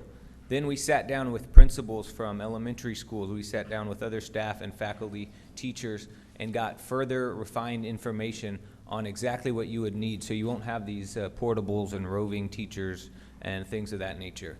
So I'm going to flip through some images of the proposed facilities programs we've developed. This doesn't mean that these schools will be built or proposed as part of the bond package necessarily. Some of these are just what we've been directed to look at and identify as potential facilities. So we've done a proposed facilities program for a new elementary school, if you were to choose to pursue that. We've done a proposed facilities program for a new middle school for, I'll show you the summary here at the end. We've also done a proposed facilities program for a new high school and also for a proposed CTE facility. So if you look here, in summary, this is applicable to new facilities only. There's some renovations projects potentially involved in the bond program, but right here, if we did proposed facilities programs for a new elementary school. And what we've landed on is that you would need approximately 71,000 square feet if you were going to build a new elementary school for 600, starting to a maximum 660 student elementary school. As far as a middle school is concerned, after going through this exercise, we determined that a middle school might potentially need 135,000 square feet for a beginning capacity of 800 students, but a core and final capacity of 1,000 students. You have something to add? Well, I was just going to say that we did a cross-check on gross square foot per student. We did this after we did the program, and the cross-check actually works out pretty good because a new elementary school, according to TA guidelines, is about 110 to 120 square feet per student. New middle school is a little over 130. New high school is about 187. And the CTE facilities are a little bit different, so there really is no guideline for that because of the amount of the labs. The other thing I wanted to point out too is that under the direction of Dr. Gutierrez, we wanted to look at into the future as well, because we understand that money is an issue. And so the plan here is to, on the elementary level, should you pursue an elementary, is to design a school or facility currently that will house 600 students. But the core facilities are designed for your full capacity is 660. Likewise in the middle school, we designed for a total of 800 students currently. Your core facilities designed for 1,000 student capacities. And then in the high school, we're designing for 1,500 student capacity to start off with a full capacity of 2,400 with the core facilities for that. But the plan here is that you have your core facilities in place so that in the event when you do grow and you have more monies available, the simple task then will just be to add classrooms. It's so much harder to add to a cafeteria, to build a cafeteria and displace people that way. So it's much easier to just add classrooms. And this is the concept that we're talking about here. Yeah, Juan hit on the new high school, and so this was a little bit more complicated to flush out, but I think we landed in the right spot with all the help from district administration, staff, and faculty that we have to build the core facilities for a high school, but high schools are large facilities, and the dollars per square foot can add up. So what we landed on was approximately 296,000 square feet facility that would accommodate maybe at the beginning of after construction 1,500 students, but yes, the core facilities could accommodate 2,400 for expansion to that at a later date. Finally, the last facility type that we programmed as a new construction was a CTE facility, and we determined that you would need about 86,328 square feet of CTE facilities, and that could, the occupancy of a facility like that is interesting because it's not the same as a classroom facility or a traditional school, but it accommodate approximately 365 students. Now Juan's going to talk a little bit about sites. So as somebody mentioned earlier about the properties that you're looking at, and these are the red dots or the red polygons there show where you currently have property. And to the west is what we're calling the Tres Lagos property, and then La Ciano property is on the north side along Highway 281. And then you have 40 acres on the east side, and we'll talk about those briefly. So as Nick mentioned earlier, with the help of a civil engineer consultant of ours, so we kind of looked at an assessment of the site right now, just to kind of look at your infrastructure assessment and what you have there. And so here, what the slides show, the red is basically the boundary that you have. And this is at Rogers Road and Chavez Road. And you can see the golf course there on the left-hand side. It was actually south of that. But there are utilities there. There is an AEP, 150 AEP easement on the right side. It's actually the north side there. But there is some ditches there. There's some irrigation canals that can be utilized to kind of help us with fund. What is the light area? That's actually the flood zone.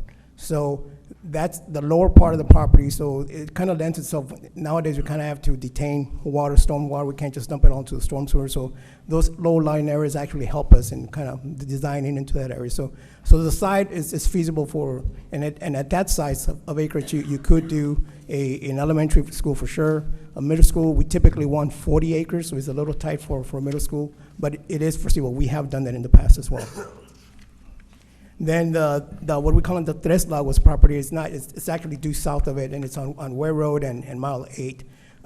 Again, you see a lot more low-lying areas there, those kind of white blotches, that's kind of in the flood zone.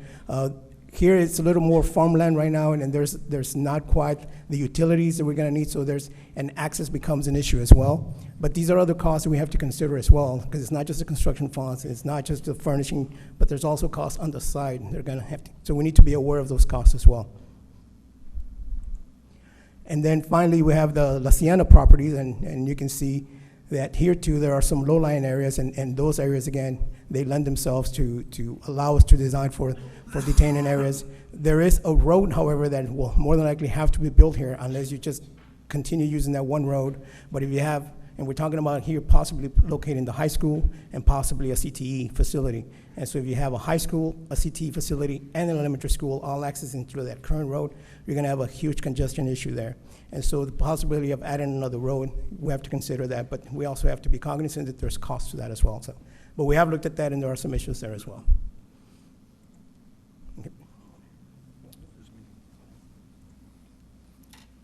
Okay, so let's talk about the construction costs.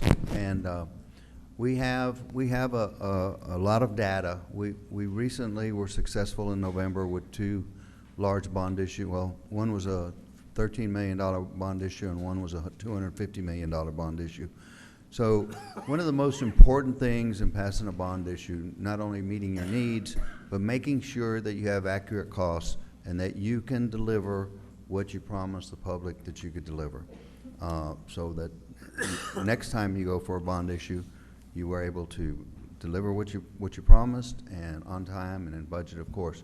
So these, I've got a range of costs here for high schools. And let me also back up a little bit. We have brought on board a firm called Project Cost Resources, and they are professional cost estimators, and they are gonna look over our shoulder and verify our costs for all of the facilities that once the board decides which direction of facilities we wanna go with. But these are high school costs that we have either directly been involved in or have asked our colleagues or superintendents or facilities folks around the state. And as you can see, a high school projected to 2020, because if the bond issue passes in May, you're going to have design work to do, and it probably go into the bidding would be in mid to late 19 or early 2020. So as you can see, the cost per square foot from Corpus Christi, Houston, the San Antonio area, and we have one for the recent high school for health professionals. I think that one came in at about projected at 297, is that right? No, it's up there. Where is it? 251. 251. But the important thing to remember about that school in Harlingen, it was only classrooms. There is no athletic fields, no gymnasiums, or anything like that. So all of these things are you have to put all the ingredients together. Middle schools, as you can see, their projections range from, I think, $239 to about $277 a square foot. Elementary schools, about $291 to $321. I know that sounds a little bit off, but a lot of it is square foot driven. The larger the facility, the less cost per square foot you're going to have. So elementary schools typically are substantially less than middle schools and high schools.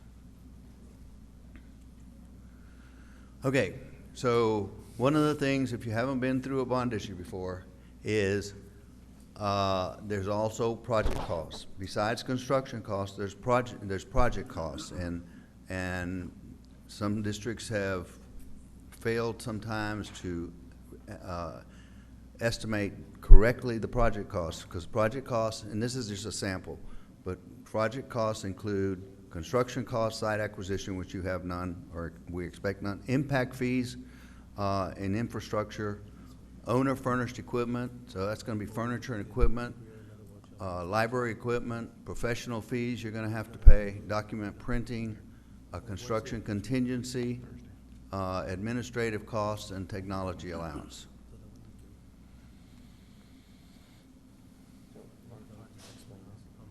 Yeah, so, yes, and I'm gonna show you the construction costs plus, so when you take the example of a 300,000 square foot facility at $295 a foot, which is in the range that the previous slide showed, we have a construction cost of $88,500,000. But you're gonna have to have project costs because you have to buy furniture, you have to hire the professionals, and all of the things that are listed, so that, including project costs, would be a total of $112,85,250 estimate. But so I just wanted to make sure that everybody understood that beyond construction costs, there's also project costs. So we have done some estimating, and to the right, I've done the project costs, and we have the totals added up, and I didn't add them up this first time for a reason, and from now on, I will have them added up.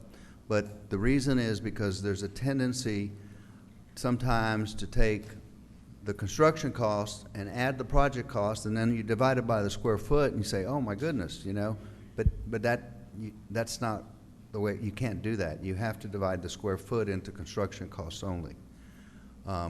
So as you can see, a proposed elementary school, based on the programs that we develop with ECISD, we're in a range of $16 million to $20 million. Dollars per square foot, range of $230 to $280 a square foot. Proposed new middle school, based on the programs we develop with ECISD, $230 to $280 is about $31 million to $37 million in construction costs. A proposed new high school at $275 to $305 is $81 million, $437 to $90 million, $327. And I will tell you that we've been fortunate. We're in the middle of completing a new high school in Corpus Christi at $305 per square foot. So those are real numbers. And you know, the Valley, we're hoping, will give us a little bit of a break. Plus, yes, and in Corpus Christi, we have windstorm requirements that you don't have here. So I think we can be on the lower end a little bit. Harlingen has windstorm, Brownsville has windstorm, but Edinburgh does not. And then the CTE cake facilities, based on the program, we're looking at a cost of $19,423,000 to $23 million. Repeat, if, as I've discussed with Dr. Gutierrez, if you elect to do 2 cake facilities, one, I guess at Siena, and another one at Barrientos. Also, we talked about some classroom additions. We have not estimated those, but those were costs that were given to us from previous years, but we will estimate them, but that would be a projected cost of about $3,339,000. And go ahead. And that's for 2 campuses, classroom additions for 2 campuses, about $3.4 million. 1.7 per campus is what we would estimate for those classroom additions. That would be Villarreal and Monte Cristo. And then we did some small, this says gym renovations, but they're actually additions to each of your campuses. Can you go explain what was in? Yeah, if you recall, we were fortunate enough to work with you guys on at both Jefferson and Austin Elementary School, and we basically took your current, you guys call them gyms, we typically call those spaces multi-purposes. We added to them and renovated the current space that you had. But the renovation was of the play area, and then we added restrooms for the kids, community restrooms for the boys and the girls, a coach's office, and additional storage. And in both cases, we basically replaced the HVAC units because it was kind of outdated. But the difference is significant, and so this is the kind of thing that we're talking about as a potential bond project, as well as to renovate that particular part of the campus at 17 of the campuses that you currently have.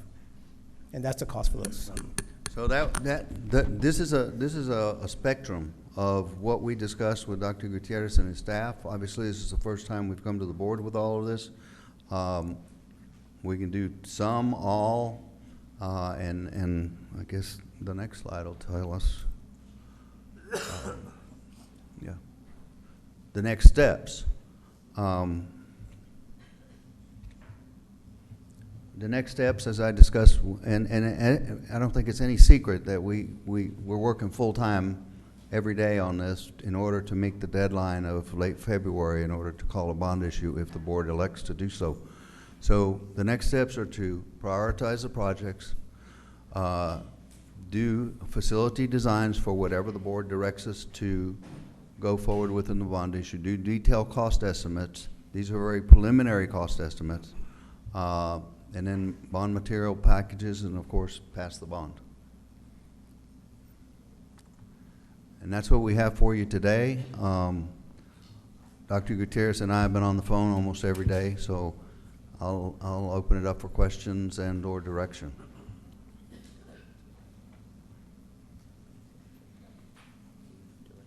Yeah. Any questions?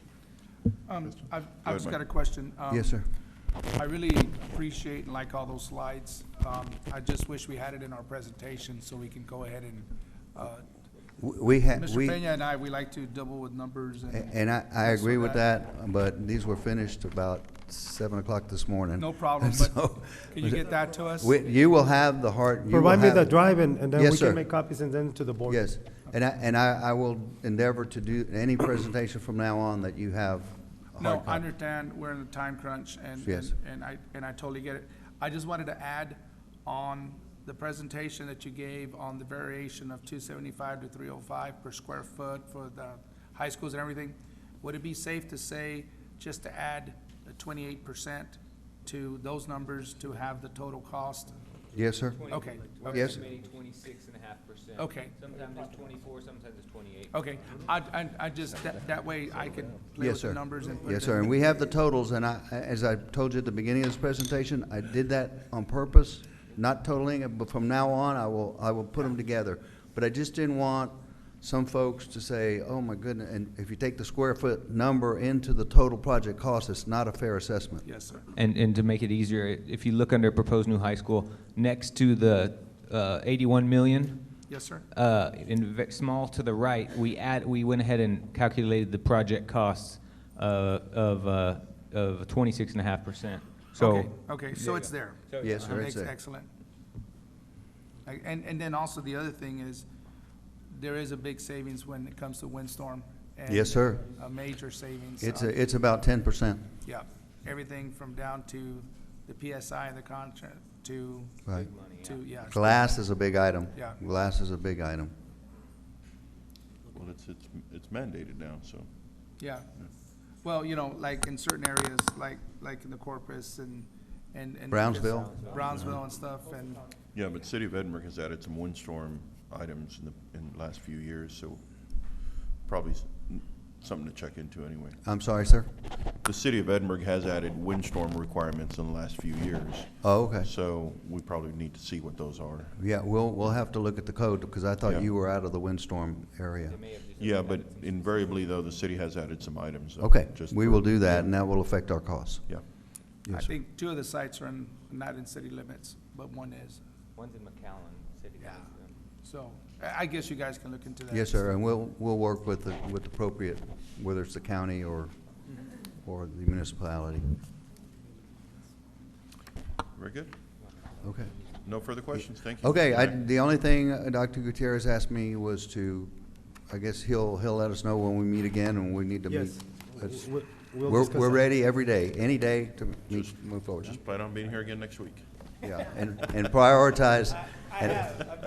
Well, every day, every day. Yeah, so we need to, as soon as the board feels comfortable, we need to prioritize the project so we can begin our design work and detailed cost estimating. Yes, sir. Thank you so much. I appreciate it. Thank you all. Thank you. Okay, then, item 6, presentation discussion on timeline and elections options for May 2019 bond election. Go ahead, Dr. Salinas, for this item.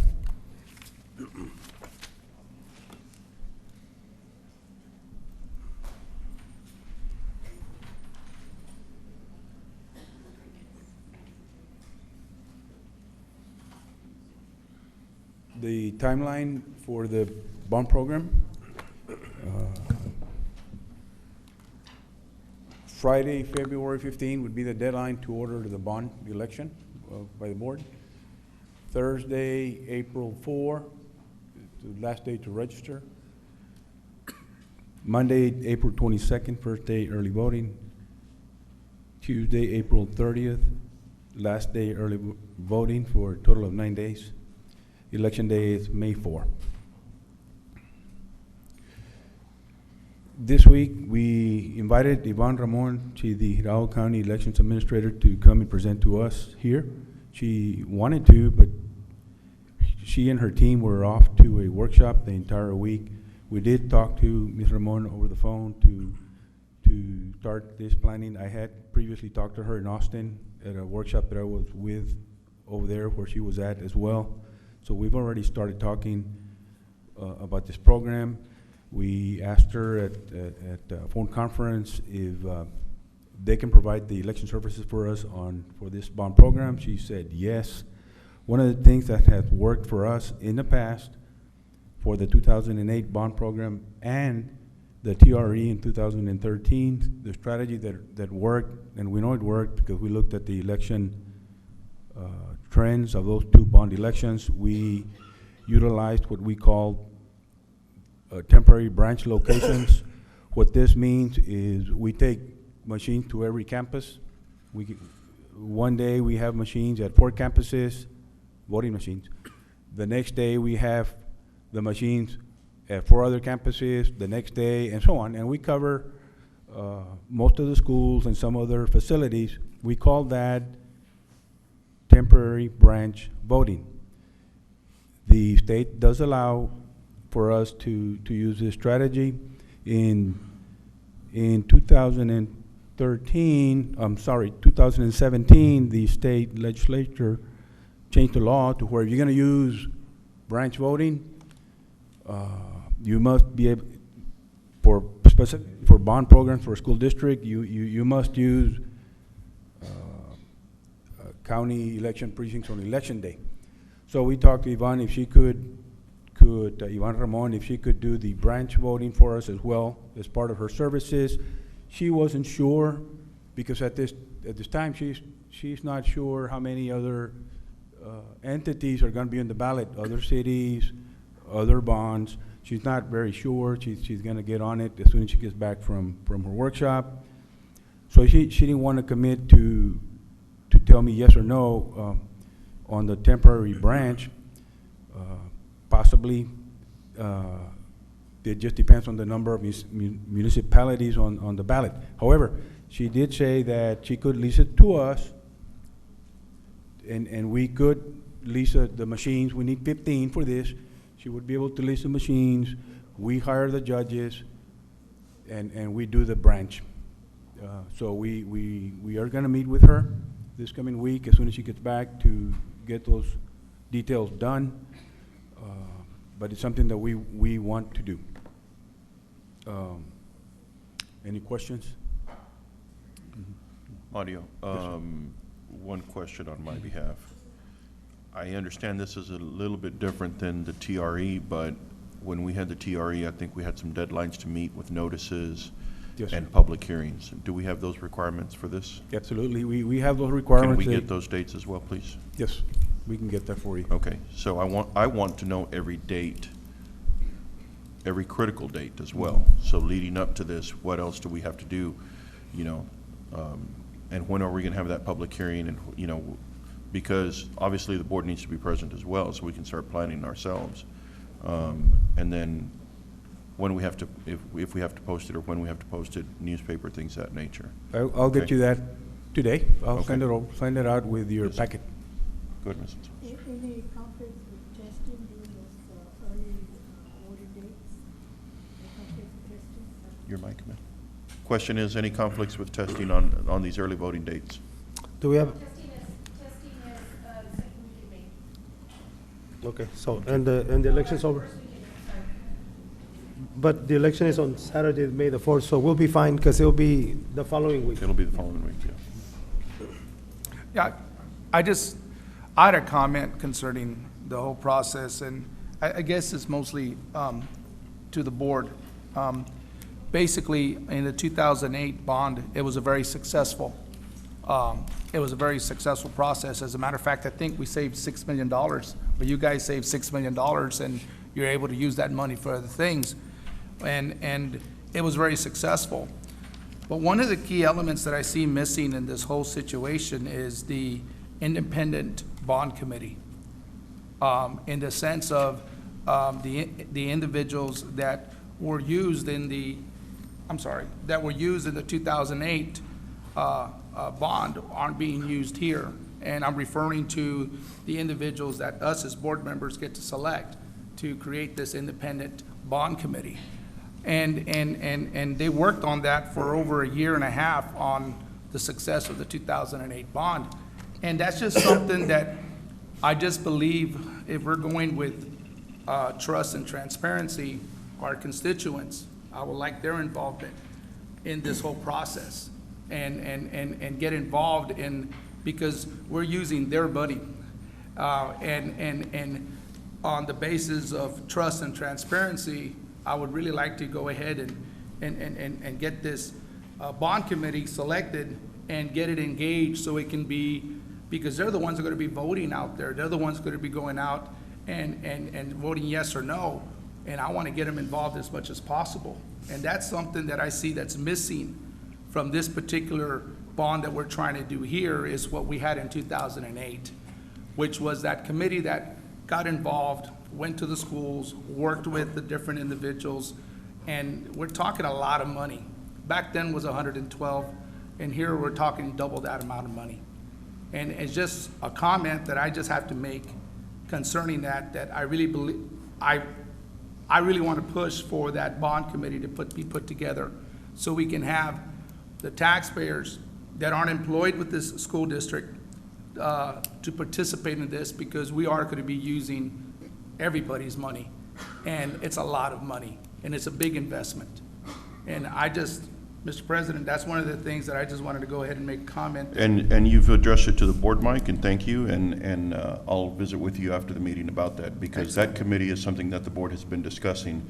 It hasn't been an agenda item, nor is it an agenda item for us to discuss further today, okay? However, I will share with you that I believe that what the administration is doing is being transparent. This is the beginning, Mike. The previous bond committee did not exist for a year and a half. I don't know where you got your information, but I personally was here, and it didn't exist for a year and a half. The timeline that we're following right now is basically because of the fact that, you know, this school district had to go through an election in November. There were some changes to the board, so the administration felt that starting a bond in the fall would have been difficult if there would have been changes to the board, so they were respective of that. And because of that, then it took us to try to start here in December, more so now in January, because as you well know, we really only had one board meeting from the election to the end of the year. True, but at the same time, so this is the kickoff, Mike. I understand that, but true, Mr. So Peña. we'll go back and revisit it. I want to go ahead and I correct- won't take sir, any further comments on it because it's not an agenda I item to discuss. understand that, but you made a comment stating that it Okay. wasn't on the agenda. I'll It take was a on the motion last to adjourn. agenda. So moved. Second, Second. and this does adjourn the meeting at 1:56. Thank you, everybody.